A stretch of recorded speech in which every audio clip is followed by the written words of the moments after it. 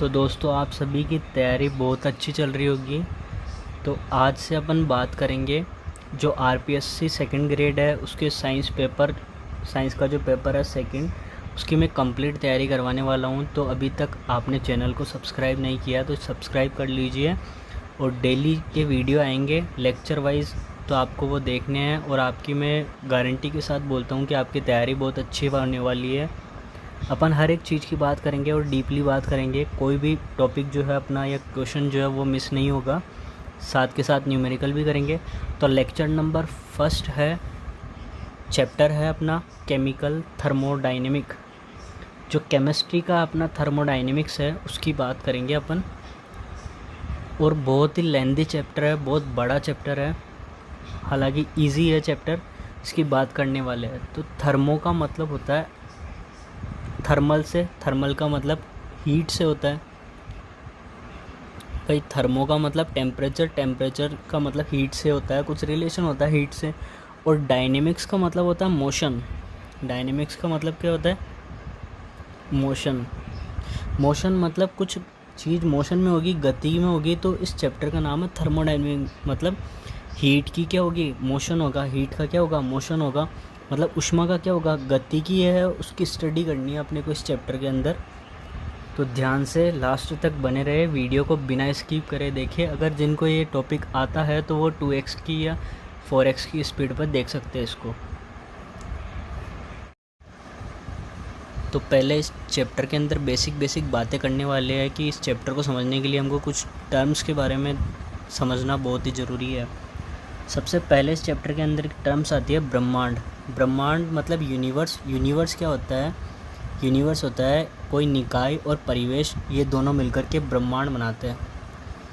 तो अब निकाय और परिवेश ये दोनों क्या होते हैं? निकाय जिसको बोलते हैं सिस्टम। निकाय क्या होता है? ब्रह्मांड का वह विशिष्ट भाग जिसमें स्टडी की जाती है, जिसमें प्रैक्टिकल की जाती है, अवलोकन की जाती है, गणना की जाती है, उसको क्या बोलते हैं? सिस्टम।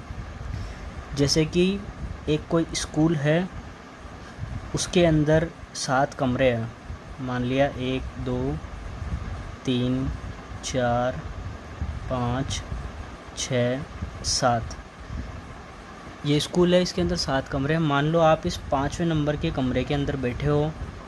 5वें नंबर के कमरे के अंदर बैठे हो। आप इस 5वें नंबर के कमरे में बैठे बैठे इसी क्लास का ऑब्जर्वेशन कर सकते हैं। इसी में कोई भी वर्क हो तो इसी क्लास के अंदर कर सकते हैं। बाकी अदर क्लास से आपको कोई लेना देना नहीं है। तो जो जिसके अंदर आप कार्य कर सकते हैं, वर्क कर सकते हैं, उसको क्या बोलेंगे? सिस्टम बोलेंगे आप। और उसके अलावा जो बाकी जो चीज़ें हैं ना, जैसे फर्स्ट सेकंड थर्ड फोर्थ और 7 6, ये सारी जो क्लासेस है ना, इनको बोलेंगे अपन परिवेश या सराउंडिंग। जो सिस्टम के अराउंड होती है उन चीज़ों को बोलते हैं परिवेश या सराउंडिंग। और सिस्टम और सराउंडिंग मतलब निकाय और परिवेश दोनों मिलकर के पूरा कहलाता है ब्रह्मांड या यूनिवर्स। ये पूरी स्कूल क्या कहलाएगी? यूनिवर्स या ब्रह्मांड। और ये जो क्लास जिसके अंदर आप बैठे हो, जिसके अंदर वर्क कर रहे हो, स्टडी कर रहे हो, उसको बोलेंगे अपन सिस्टम या निकाय।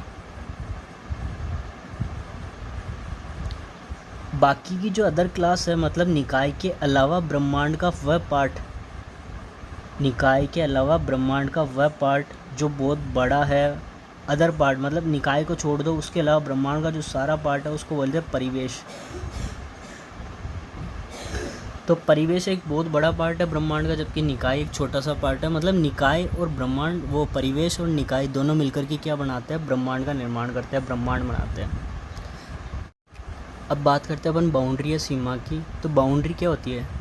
वह चीज़ जो निकाय मतलब सिस्टम और परिवेश मतलब सराउंडिंग, इन दोनों को जो अलग कर रही है उसको बोलेंगे बाउंड्री।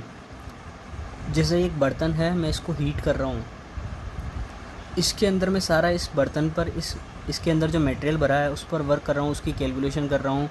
बाहर कुछ भी हो रहा है, बाहर पूरी दुनिया है, कुछ भी हो रहा है, उससे कोई मतलब नहीं है, उसको बोलेंगे परिवेश या सराउंडिंग। और जिस पर ये जो जिसको मैं देख रहा हूँ, इस बर्तन को देख रहा हूँ, तो इसको क्या बोलूँगा मैं? निकाय या सिस्टम। अब परिवेश और निकाय को जो अलग कर रही है मतलब ये बर्तन की जो दीवार है, इसको क्या बोलेंगे? बाउंड्री या सीमा। सीमा या बाउंड्री। वह चीज़ जो क्या करती है? निकाय और परिवेश को दोनों को अलग करती है, उसको बोलते हैं बाउंड्री। या सीमा। बाउंड्री 3 टाइप की हो सकती है, या तो वो कंडक्टिंग और नॉन कंडक्टिंग भी हो सकती है, मतलब चालक और कुचालक हो सकती है, या फिर दृढ़ और लचीली होगी, दृढ़ या तो दृढ़ हो सकती है, लचीली हो सकती है, और वास्तविक या काल्पनिक, दोनों में से कुछ भी हो सकती है।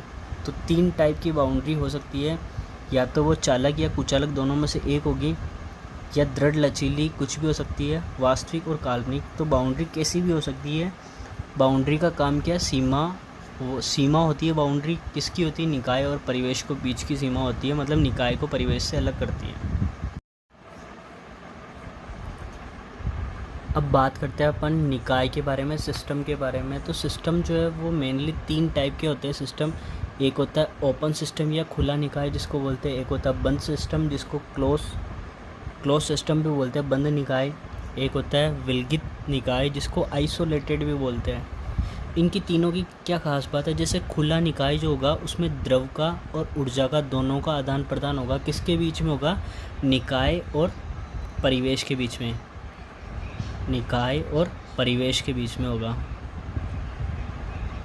मतलब सिस्टम और सराउंडिंग के बीच में मैटर भी होगा, और मैटर और एनर्जी दोनों का क्या होगा, एक्सचेंज होगा। जबकि क्लोज सरफेस में केवल ऊर्जा का आदान प्रदान होता है, केवल एनर्जी जो है उसका एक्सचेंज होता है किसमें, निकाय जो सिस्टम अपना वो और सराउंडिंग के बीच में। जबकि विलगित के अंदर दोनों ही चीज़ें नहीं होती है, मैं तो ऊर्जा का आदान प्रदान होता है, नहीं मैटर का या द्रव्य का आदान प्रदान होता है। अब इनको एग्जांपल से समझने की कोशिश करते हैं। जैसे ये एक भगोनी है या बर्तन मान लो, इसमें अपन पानी है रखा हुआ H2O, इसको अपन हीट कर रहे हैं, बर्नर लगा करके हीट कर रहे हैं। तो ये ऊपर से खुला है तो भाप बाहर निकलेगी, मतलब पानी जो है उसका आयतन या द्रव्यमान, आयतन क्या हो जाएगा, कम हो जाएगा। जितना पानी लिया उतना नहीं मिलेगा, मतलब पानी की कमी हो गई, मतलब द्रव्य क्या हो जाएगा, थोड़ी देर बाद में क्या हो जाएगा, कम हो जाएगा। तो द्रव्य का आदान प्रदान हुआ तभी तो कम हुआ, सराउंडिंग में उड़ गया होगा कुछ द्रव, भाप बन करके कम हो गया, कुछ द्रव सराउंडिंग में चला गया। जबकि एनर्जी अगर अपन ने ये हीट बंद कर दी, भाई हीट का भी तो एक्सचेंज हुआ। पहले तो क्या किया अपन ने, पहले ठंडा था पानी, फिर अपन ने हीट दी तो वो गर्म हो गया, मतलब एनर्जी मिल गई इसको हीट के फॉर्म में। बाद में अपन ने बर्नर हटा दिया तो फिर बाद में क्या हुआ, ऊर्जा भी क्या हो गई, इसकी एनर्जी जो है वो क्या हो गई, कम हो गई। हीट जो है वो सराउंडिंग में चली गई, गर्म थी पहले, बाद में ठंडी हो गई बंद करने के बाद में बर्नर, तो ऊर्जा का भी आदान प्रदान हुआ। बंद निकाय को समझते हैं। बंद निकाय है, जैसे ये एक बर्तन है, इसके ऊपर ढक्कन लगा दिया अपन ने। जैसे आपने देखा होगा कि भाई पानी की भगोनी है, उसके ऊपर ढक्कन लगा करके उसको गर्म कर रहा है, तो क्या होगा, भाप की बूंदें जमा हो जाएगी, पानी की बूंदें ऊपर ढक्कन पे जमा हो जाएगी। तो मतलब पानी जो है वो भाप बन के उड़ेगा, ढक्कन पे जमा होगा, वापस इसमें आ जाएगा। मतलब पानी का तो क्या होना, कमी होने वाली नहीं है, मतलब द्रव्य तो जितना था उतना ही है, मतलब कांस्टेंट रहेगा। ये तो जितना मटेरियल अपन ने पहले लिया उतना ही रहेगा, कांस्टेंट रहेगा। लेकिन हीट क्या हो जाएगी, थोड़ी देर बाद में क्या हो जाएगी, कम हो जाएगी। तो मतलब हीट का क्या होगा, या ऊष्मा या ऊर्जा जिसको बोलते हैं, यहाँ पर ऊर्जा को ऊष्मा के रूप में भी बोल सकते हैं अपन, है ना। तो ऊर्जा क्या हो जाएगी, बाद में कम हो जाएगी, एनर्जी कम हो जाएगी। जैसे अपन इस बर्नर को बंद कर देंगे तो एनर्जी क्या हो जाएगी, कम हो जाएगी। अब अपन आइसोलेटेड या विलगित की बात करते हो, तो आपने चाय का थर्मस देखा होगा, उसमें चाय डालते हैं तो न तो चाय कम होती है न वो ठंडी होती है, तो गर्म जैसे चाय डालते हैं। तो आइसोलेटेड का मतलब यही है कि न तो हीट को अंदर आने देगी, न ही हीट को बाहर जाने देगी। एक बढ़िया सी कोटिंग होती है, जो सीमा जो होती है ना बाउंड्री, उसकी चारों तरफ बढ़िया सी कोटिंग होती है आइसोलेटेड सिस्टम के अंदर, जो न तो हीट का एक्सचेंज होने देती है, हीट भी नहीं जाएगी, मतलब एनर्जी भी नहीं जाएगी, ना आएगी एनर्जी, और मटेरियल भी अपना क्या होता है, कांस्टेंट होता है। जितना अपन ने लिया ना मटेरियल उतना ही होता है।